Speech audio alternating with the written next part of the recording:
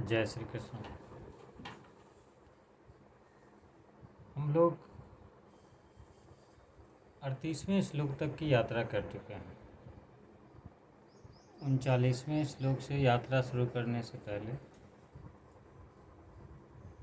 अभी तक जो हमने पढ़ा है उसमें जो भाव निकले हैं उसकी कुछ चर्चा करते हैं कि गीता व्यवहार में परमार्थ की विलक्षण कला बतलाती है, जिससे मनुष्य प्रत्येक परिस्थिति में रहते हुए तथा शास्त्र विहित सब तरह का व्यवहार करते हुए भी अपना कल्याण कर सके। ज़्यादातर हम लोग सुनते हैं कि अगर अपना कल्याण चाहते हो तो सब कुछ त्याग कर साधु हो जाओ, एकांत में चले जाओ, क्योंकि व्यवहार और परमार्थ एक साथ नहीं चलते।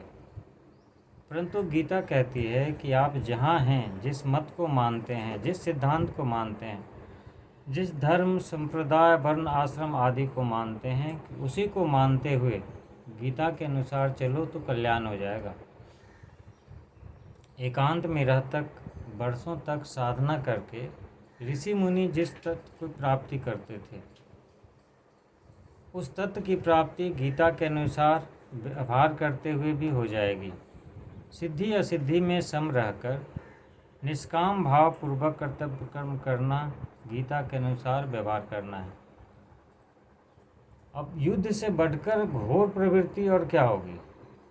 जब युद्ध जैसी घोर परिस्थिति में और प्रवृत्ति में भी मनुष्य अपना कल्याण कर सकता है, तो फिर ऐसी कौन सी परिस्थिति या प्रवृत्ति होगी जिसमें रहते हुए मनुष्य अपना कल्याण ना कर सके?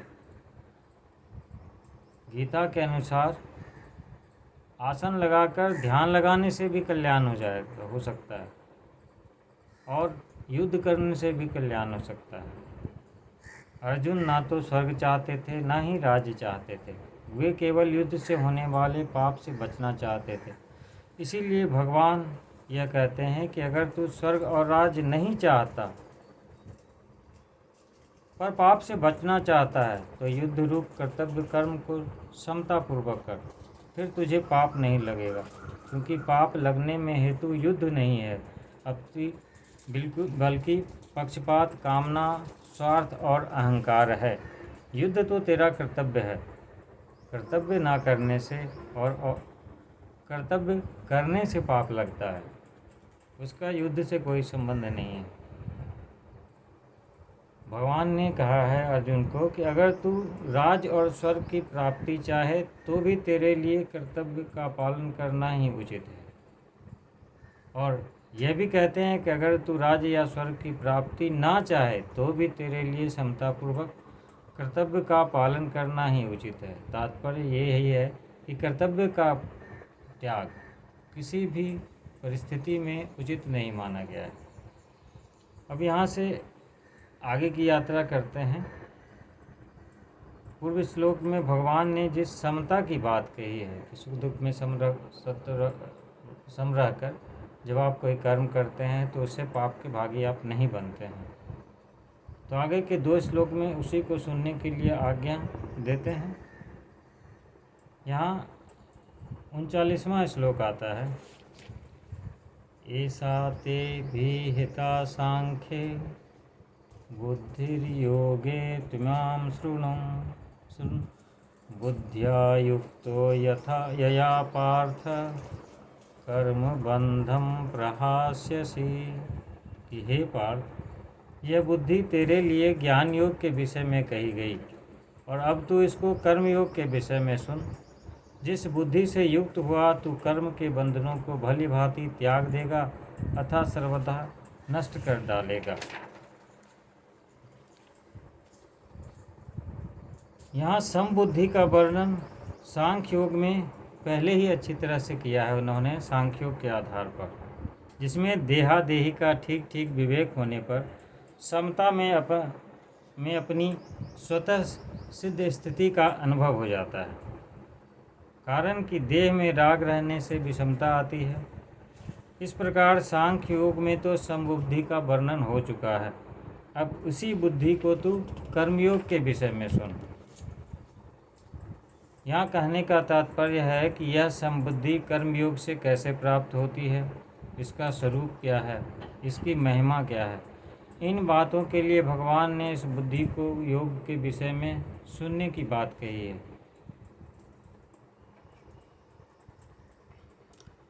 अब यहाँ है कि अर्जुन के मत में युद्ध करने से पाप लगने की संभावना थी, परंतु भगवान के मत में कर्मों में विषय बुद्धि होने से पाप लगता है। समबुद्धि होने से तो पाप लगता ही नहीं है। जैसे संसार में पाप और पुण्य की अनेक क्रियाएं होती रहती है, पर उसका पाप पुण्य हमें नहीं लगता, क्योंकि उसमें हमारी समबुद्धि रहती है, अर्थात उनसे हमारा कोई पक्षपात, आग्रह, राग, द्वेष नहीं होता, तो उस कर्म का प्रभाव हमारे ऊपर नहीं पड़ता। ऐसे ही तू समबुद्धि से युक्त रहेगा तो तेरे को ये कर्म भी बंधन कारक नहीं होंगे।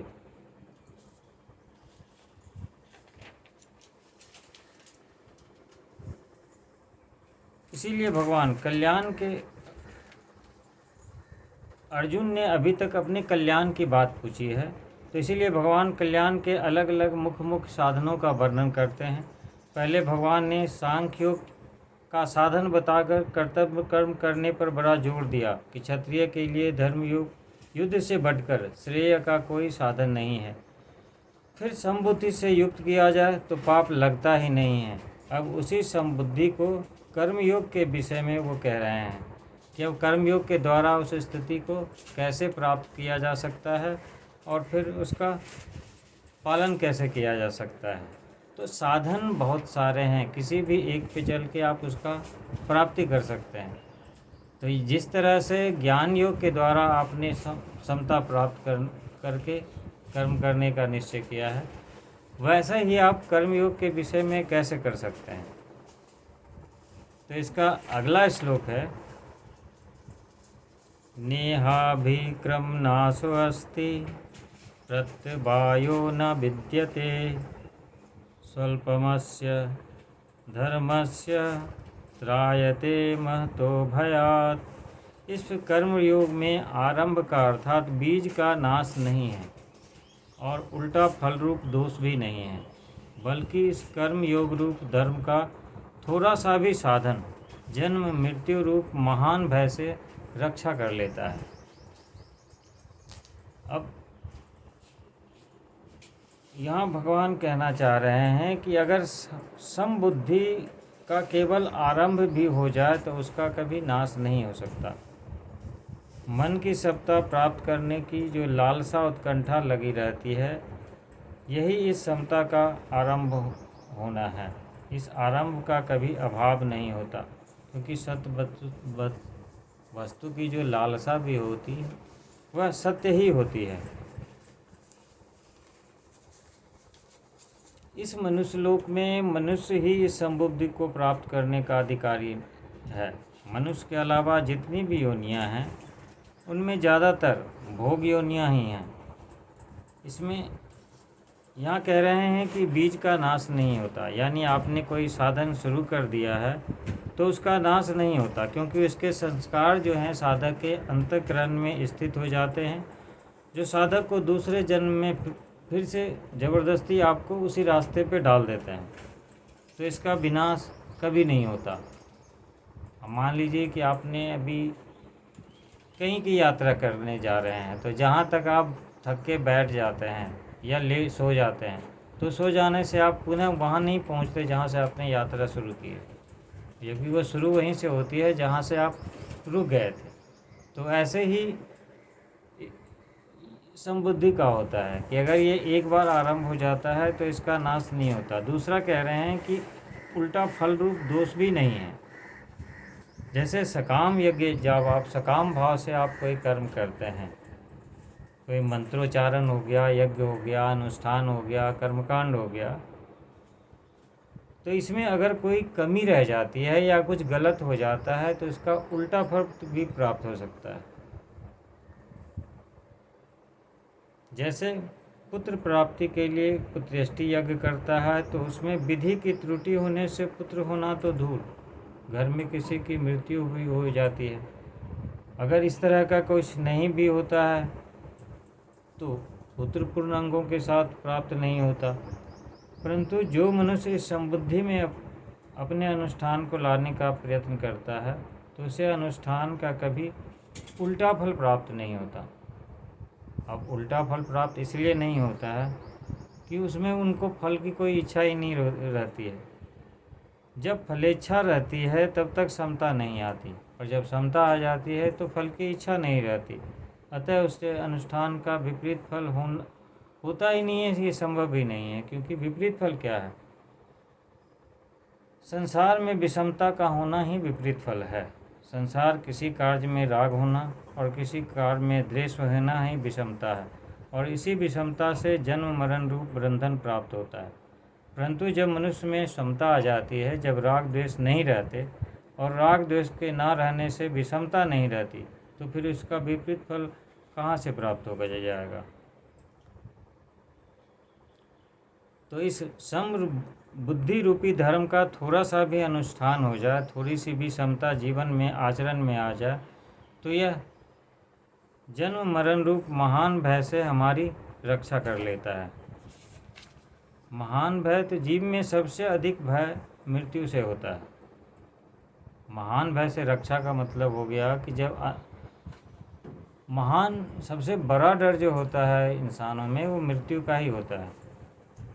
अतः अनंत काल तक पुनः पुनः जन्मते और मरते रहने का जो भय है, वो सबसे बड़ा भय है। इसी जन्म जो मृत्यु रूप भय है, इसी से मुक्त कर देता है जब आप समत्व रूप से कर्म करते हुए कर्तव्य कर्म का पालन करते हैं। तो आज की यात्रा हम लोग अभी इसी श्लोक तक करते हैं। ये 40वां श्लोक तक हमने यात्रा की है।